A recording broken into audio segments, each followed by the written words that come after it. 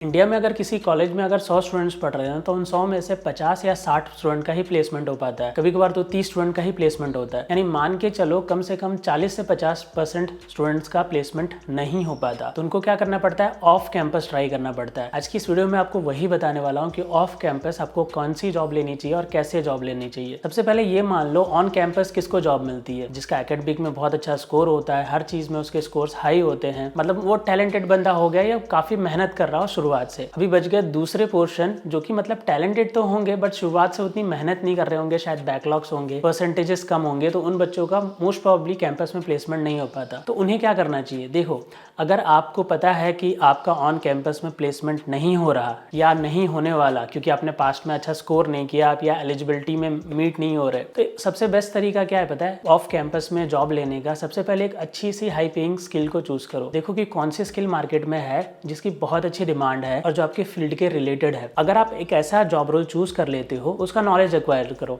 उसका knowledge acquire करने के दो तरीके अगेन, या तो इंटरनेट पे जो फ्री सोर्सेस है वहां से एक्वायर कर सकते हो, या तो पेड सोर्सेस जो ट्रेनिंग इंस्टीट्यूट या ट्रेनर्स हो गए। अब दोनों ही केस में मेरा सजेशन रहेगा थोड़ा सा, अगर आप खुद से बहुत कंसिस्टेंट व्यक्ति नहीं हो तो किसी मेंटर को चूज करो, यानी किसी से ट्रेनिंग लो। अगर आप आपके केस में करोगे तो वैसा ही सीन हो जाएगा जैसा कॉलेज में अच्छा स्कोर नहीं कर पाए या कंसिस्टेंट नहीं रह पाए, वही चीज ट्रेनिंग में भी होगी, सीखने में भी होगी। किसी एक मेंटर को चूज करो या किसी एक ट्रेनिंग इंस्टीट्यूट से ट्रेनिंग लो, उस चीज को अच्छे से स्किल एक्वायर करो। अब इस चीज में डिफिकल्टी कब बढ़ जाती है मैं ये बताता हूँ। डिफिकल्टी तब बढ़ जाती है, काफी सारे स्टूडेंट्स पढ़ाई पूरी करने के बाद सोचते हैं कि अब हमें क्या करना चाहिए, वो भी कुछ महीने बाद, 5-6 महीने जब उनके वेस्ट हो जाते हैं, तब अगर आप सोच रहे हो अब कुछ सीखूं, तो आपको अगले 6 महीने या 1 साल और लग जाते हैं। ठीक है, ये कोई बताता नहीं है लेकिन मैं बता रहा हूँ, जब भी कोई स्किल को आप सीखते हो और उस पर जॉब लेना है तो आपको 6 महीने से लेके 1 साल इजिली लग जाता है। तो समझो कि आपने पढ़ाई पूरी होने के बाद 6 महीने बाद अगर किसी अच्छी चीज को सीखना शुरू किया तो उसके बाद 6 महीने से 1 साल और टाइम लग सकता है, जो कि आपके लिए बहुत टाइम कंज्यूमिंग चीज़ हो जाती है। तो मेरा मानना ये है, आप कॉलेज के दौरान ही आपको पता होगा आपका स्कोर कैसा है, आपका फोकस कैसा है, आपको क्या करना है। ठीक है, अगर नहीं पता तो पता कर लो, कोई एक चीज़ चूज कर लो, उस स्किल को अपने फर्स्ट, सेकेंड या थर्ड ईयर से एक्वायर करना शुरू कर दो, या तो खुद से या तो किसी ट्रेनिंग इंस्टीट्यूट से। अब देखो, अगर आपका कॉलेज है, कॉलेज के साथ मैनेज नहीं हो पा रहा, तो आप इंस्टीट्यूट से बात करो कि सर मेरे बीच में एग्जाम्स होंगे या मेरे कॉलेज का ये टाइमिंग्स है,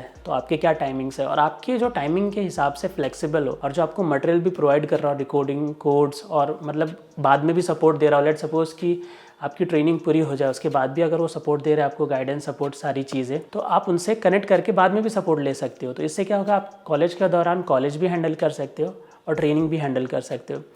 दूसरी चीज़, जब आप ऐसा कर रहे होते हो इस दौरान, तो आपको थोड़ी सी मतलब मेहनत ज़्यादा करनी पड़ती है क्योंकि आप कॉलेज को भी हैंडल कर रहे हो, अब आप किसी नई चीज़ को भी सीख रहे हो। बट हमेशा ध्यान में रखना कि मैं ये क्यों कर रहा हूँ, क्योंकि कॉलेज पूरा होने के बाद मैं एक ऐसी जॉब चाहता हूँ जो कि हाई पेइंग जॉब है और हाई पेइंग स्किल भी है और जिससे मुझे काफ़ी बेनिफिट होगा लॉन्ग टर्म में। अगर आप इसको ऐसा नहीं करोगे, अगर थोड़ा सा कॉलेज टाइम पे आप मेहनत नहीं करते या मैनेज नहीं करते, तो क्या होगा, आपको कॉलेज के बाद ज़्यादा टाइम वेस्ट करना पड़ेगा ये फिगर आउट करने में कि कौन सी जॉब अच्छी है और कौन सी जॉब मुझे करनी चाहिए।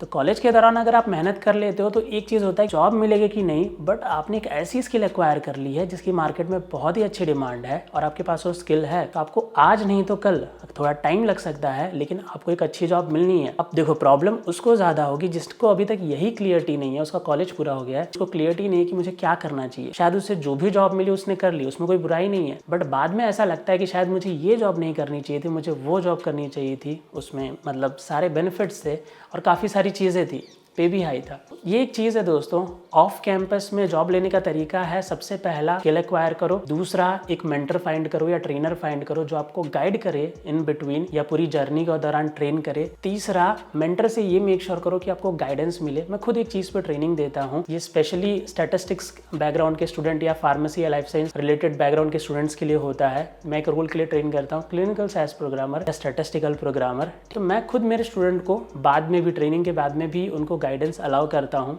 ठीक है, कि उसके बाद भी वो मुझे कनेक्ट कर सकते हैं, और जो सेशंस होते हैं उसकी रिकॉर्डिंग और कोड दोनों प्रोवाइड करता हूँ। ऑन टॉप ऑफ दैट, देखो, पहली चीज़ जो मैंने बताई वो थी स्किल एक्वायर करना, दूसरी चीज़ स्किल एक्वायर करते वक्त मेक श्योर करना आपको मेंटर से गाइडेंस पूरी मिल रही है, तीसरी चीज़ जहाँ से भी आप सीख रहे हो मेक श्योर करो अगर आप ट्रेनिंग इंस्टीट्यूट से सीख रहे हो तो उसके पास से पूरा मटेरियल आपको डाउनलोड फॉर्म में मिले, ऐसा ना हो कि कुछ दिनों तक ही एक्सेस हो, आप उसे डाउनलोड कर सको, इस फॉर्म में मिले। उसके बाद नेक्स्ट आता है दोस्तों कंसिस्टेंसी। देखो, ध्यान में रखो, कॉलेज के बाद अगर आपको अपने करियर के साथ मतलब एक अच्छा वो बनाना है, ठीक है, एक अच्छा ग्रो बनाना है, एक अच्छे रीच पे पहुंचना है, करियर को एक अच्छे लेवल पे ले जाना है, तो आपको रहना पड़ेगा कंसिस्टेंट। अब आप कंपेयर करोगे किसी और से, शायद किसी और को एक अच्छी जॉब मिल गई हो, ठीक है, आपको लग रहा हो कि उसकी जॉब अच्छी है, उसने रिसर्च नहीं की है, उसको डिफ़ॉल्ट में मिली है, वो अच्छी भी हो सकती है, बुरी भी हो सकती है, उसे लॉन्ग टाइम में पता चलेगा।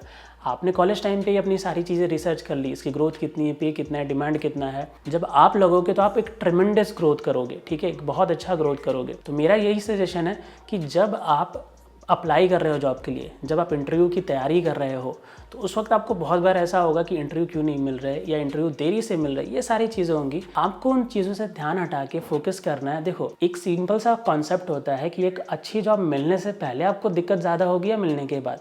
मिलने से पहले बट ऑब्वियस है। तो आपको वो दिक्कतें इसलिए हो रही हैं ताकि आप रिफाइन हो सको, उस लेवल पे पहुंच सको, ठीक है, अच्छा लेवल का आप कैंडिडेट बन सको। कोई भी जॉब लेता है, चाहे आज किसी कंपनी में कोई डायरेक्टर हो, गूगल में डायरेक्टर हो या टेस्ला में मैनेजर हो, वो सब के सब मोस्टली इस प्रोसेस से होके गुजरे होंगे। उन्होंने अच्छी स्किल को सीखा होगा, या तो अपने कॉलेज के दौरान या कॉलेज के बाद, उसके बाद खुद को रिफाइन किया होगा, टाइम लगा होगा उनको, ठीक है। बशर्ते बात ये होती है कि आप लोगों को ऐसा लगता है कि ये प्रोसेस तुरंत क्विक हो जाता है, बट किसी के लिए प्रोसेस क्विक नहीं होता है, सबके लिए ये प्रोसेस टाइम कंज्यूमिंग होता है। बट खाली एक चीज़ होती है, आपने इस प्रोसेस को कब शुरू किया। अगर आपने पहले शुरू कर दिया कॉलेज में, तो आपका प्रोसेस जल्दी कंप्लीट होगा। जिसने बहुत बाद शुरू किया है तो उसको थोड़ा और टाइम लगेगा। प्रॉब्लम तब हो जाती है जब एक कैंडिडेट कॉलेज खत्म होने के बाद कुछ टाइम बाद वो सोचता है कि मैं इस जॉब की तैयारी करूँ, और जब उसे टाइम लग रहा होता है तब वो थोड़ा सा फ्रस्ट्रेट होता है। तो नो वरीज गाइज, आपको फ्रस्ट्रेट होने की जरूरत नहीं है। देखो, आपने अब शुरू किया है तो आपको आज से टाइम लगेगा, नो मैटर आपकी करंट लाइफ में क्या चल रहा। अगर आपने पहले शुरू किया होता तब आपका पहले कंप्लीट हो गया होता, बट ऑब्वियस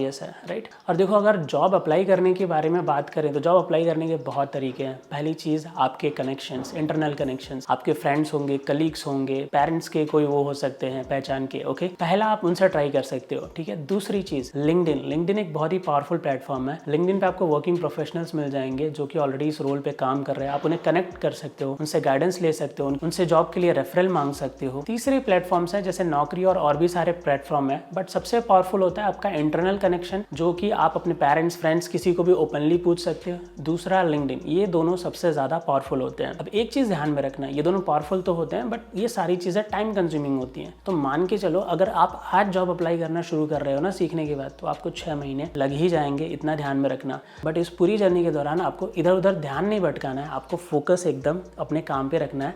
लर्निंग के टाइम पे लर्निंग, अप्लाइंग के टाइम पे अप्लाइंग, और क्रैकिंग के टाइम पे क्रैकिंग। एंड में एक और चीज़ कहना चाहूँगा, आपको ये ज़रूर पता होना चाहिए कि इंटरव्यू क्रैक करने के लिए आपको कितना नॉलेज होना चाहिए। रिसेंटली मैंने कुछ स्टूडेंट के साथ ऐसा देखा कि जो नॉलेज के ऊपर नॉलेज एक्वायर किए जा रहे हैं। देखो, नॉलेज का कोई एंड नहीं होता, नो डाउट आपको नॉलेज अपना ग्रो करना चाहिए। एक सर्टन लिमिट ऑफ नॉलेज लेके आपको फोकस करना चाहिए गेटिंग इंटरव्यू और क्रैकिंग इंटरव्यू पे। आप सोच रहे हो कि मैं ये भी सीख लूँ, वो भी सीख लूँ, और भी सीख लूँ, ये भी सीख लूँ, उसके बाद मैं जॉब के लिए अप्लाई करूँ, वो प्रोसेस कभी एंड नहीं हो पाता। यू डोंट नो कि मतलब और कितना नॉलेज चाहिए, आप अपने आप को कॉम्प्लिकेटेड करते जाते हो। तो आपको ये ज़रूर पता होना चाहिए कि कितना नॉलेज लेने के बाद मैं इंटरव्यू के लिए एलिजिबल हूँ और किसी भी कंपनी में इंटरव्यू क्रैक कर सकता हूँ, ताकि उसके बाद आप रेडी हो जाओ और इंटरव्यू क्रैक करना शुरू कर दो और इंटरव्यू के लिए अप्लाई करना भी शुरू कर दो।